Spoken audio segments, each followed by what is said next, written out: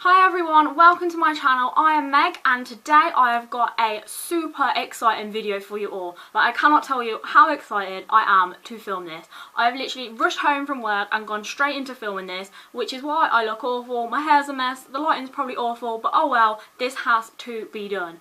So, not that long ago, Makeup Revolution brought out a brand new concealer. This was called Conceal and Define. It only cost £4 and it promised to be blendable and to have full coverage, and it actually did what it said. And for £4, not only was it super cheap, but it was just such good quality for the price. It was amazing. Everybody completely hyped about it, and now the hype's going to start all over again because not only have they brought out a bigger version of that concealer because everybody was saying that it wasn't big enough, you didn't get enough product, but they have brought it out in a foundation version.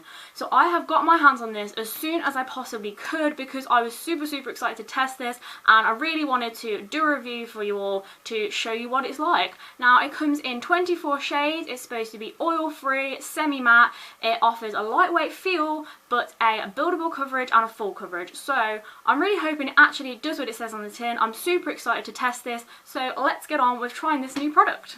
So as you can see, I've just taken my makeup off. I have cleansed and primed my face as I normally would before doing my makeup in the morning because I really want to get an accurate feel for what this foundation is going to be like. So here it is. So this is the Makeup Revolution Conceal and Define Foundation. On first impressions, I am really liking the look of the bottle from the outside. I love this rose gold colour that they've gone for. I've noticed that Makeup Revolution are putting a lot of sort of metallic colours and metallic effects on the packaging of their products lately, which I do really like. I think it's really pretty, really cool. And I also love the fact that they've gone for the frosted glass effect around the bottom of the bottle here.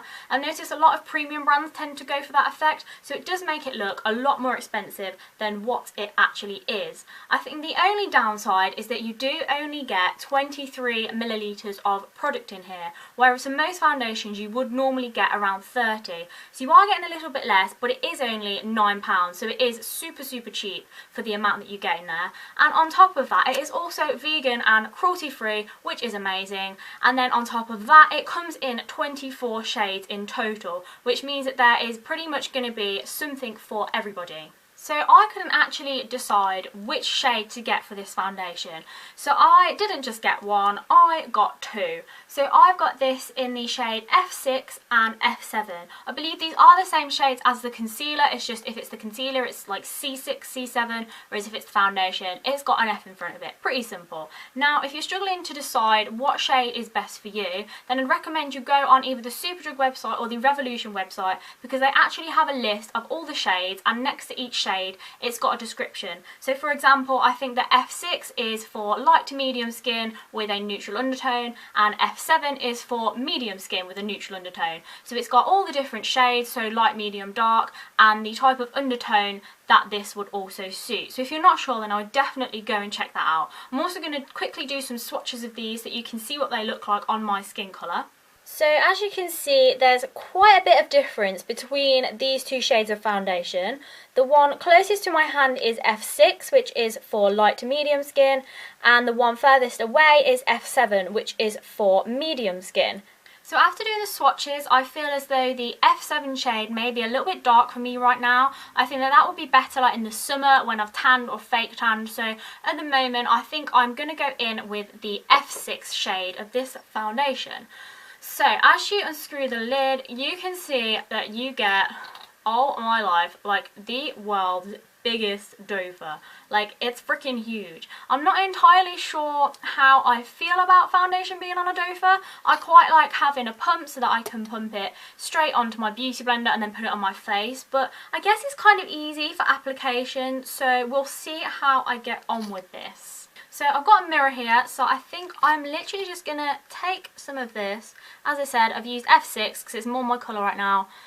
And I think I'm literally just going to just do some stripes, I guess. I mean, I don't know how much. It's supposed to be full coverage. I'm also hoping that it will be good for my skin because I have combination skin. I feel really stupid talking with this all strapped on my face, but I get some really dry patches. Like, I've got a lot of dry patches like here on my chin, and I get it on my cheeks, but then I have the most oily T-zone ever. So I'm really hoping that this will be good for all areas for all areas of my skin and not come off. Because I find a lot of foundations, they do wear quite quickly on my T-zone just because of how oily my skin is, but then equally they cling to the dry patches quite badly, and by the end of the day it just doesn't look that good. So I'm going to take my beauty blender and I'm going to start blending this in. Oh my life, like when they say full coverage, wow, they mean it.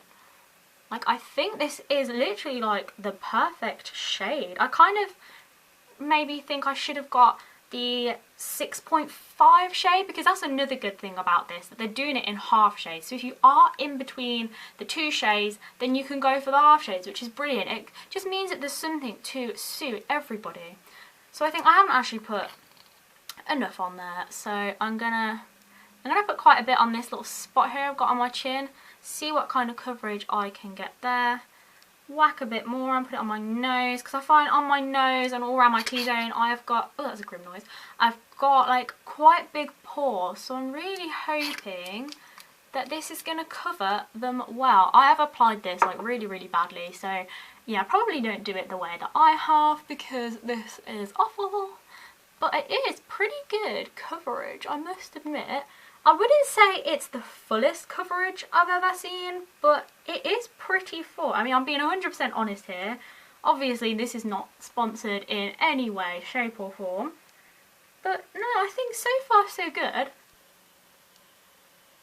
Okay, so I have just about finished blending out the foundation. I must say that I am actually quite liking the idea of a doe for your foundation. It's so easy just to sweep it on your face and then blend it straight in with your beauty blender. But I'm not gonna lie, I do feel as though it hasn't met up to the standards of sort of covering up your dry patches, because I don't know if you can see, but I've got quite a big dry patch here and then all around my chin, and not only has it kind of not covered them, I feel as though it's kind of almost highlighted them. It might not show so well on the camera, but in the mirror here, I do feel as though it has really made my skin look quite dry. And on top of that, I also use the Maybelline Baby Skin Primer. I just feel as though it has not mixed with that primer well at all. Like I feel like it's really sort of sat onto it, and I've had to really kind of work it in, which I'm not too happy about. But overall, apart from the dry patches sort of here and all on my chin showing up, I do feel as though it has got quite a good coverage. I wouldn't say it's the best coverage of foundation I've ever tried, but you know, so far I'd say maybe like a 7 or 8 out of 10. As I've said, this is going to be a totally honest review. This is what I think, in my personal opinion, for my skin type. So now I'm going to try and blend it in with some of my other makeup products just to see how it works with those, because I really want to get a good overall view for you all. So I'm going to be using the Makeup Revolution Conceal and Define Concealer. I haven't got it in the bigger version because I already had the small ones, which are only £4, and I thought I don't really need the bigger ones, and they are literally exactly the same, just in a bigger pot. So I thought I'm just going to keep this one. So I am going to do what I would normally do and just dot some of this underneath my eyes like so, highlighting or covering even those big bags under my eyes, and then I'm going to put some all up my nose and highlight my face with it as I normally would. So I'm just going to blend that in now and see how that goes. And I'm hoping it will blend well because it is literally the same product just in a concealer form. I have actually got a better sponge for this, so I'm going to swap to that quickly. So I'm going to use my little sponge. I got this from Primark. It's super cute and it's really good for blending in your concealer. Now, I'm sorry if I keep looking that way, but that is where the mirror is. I've got to see what I'm doing. So as you can see, it blends in pretty well with the concealer, which I'm not surprised about because, like I say, it is literally the same product just as a foundation. So I think the blendability is really good, the coverage is good but not the best I've ever seen. But unfortunately it does definitely cling to dry patches of skin, although it says it doesn't. So I'm sorry, but that is a little bit of a lie. I also feel as though it's kind of not really covered my pores that well, and I feel as though throughout the day like that's going to wear off and it's going to kind of crack around my pores, so I'm a little bit disappointed about that as well. just realised that I forgot to say that my concealer is in the shade C1. Now I am also using the concealer in the shade C11 for contouring purposes. I feel as though it would be good just to stick to all of the same products and let you know how well they all blend together. So I'm going to pop some of this on now. Excuse my stupid faces. Okay, so I've just dabbed some of this to highlight my cheekbones, and I'm going to see how well it blends in. Oh gosh, that went really badly wrong. See how well it blends into the foundation. And yeah, that blends in really well, I must admit. I'm going to take my little sponge, so I feel like that would be a little bit better for this.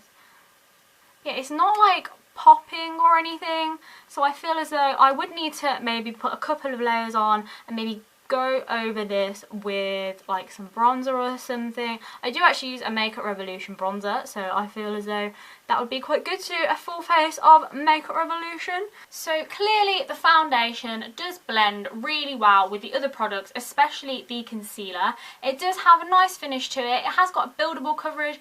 And yes, I'd say it has a full coverage, but not the fullest coverage out of the foundations that I have tried in my 21 years on this earth. And I must say, I am disappointed of how it is clinging to these dry patches, especially when it said that it wouldn't do that. So that is a major downfall for me.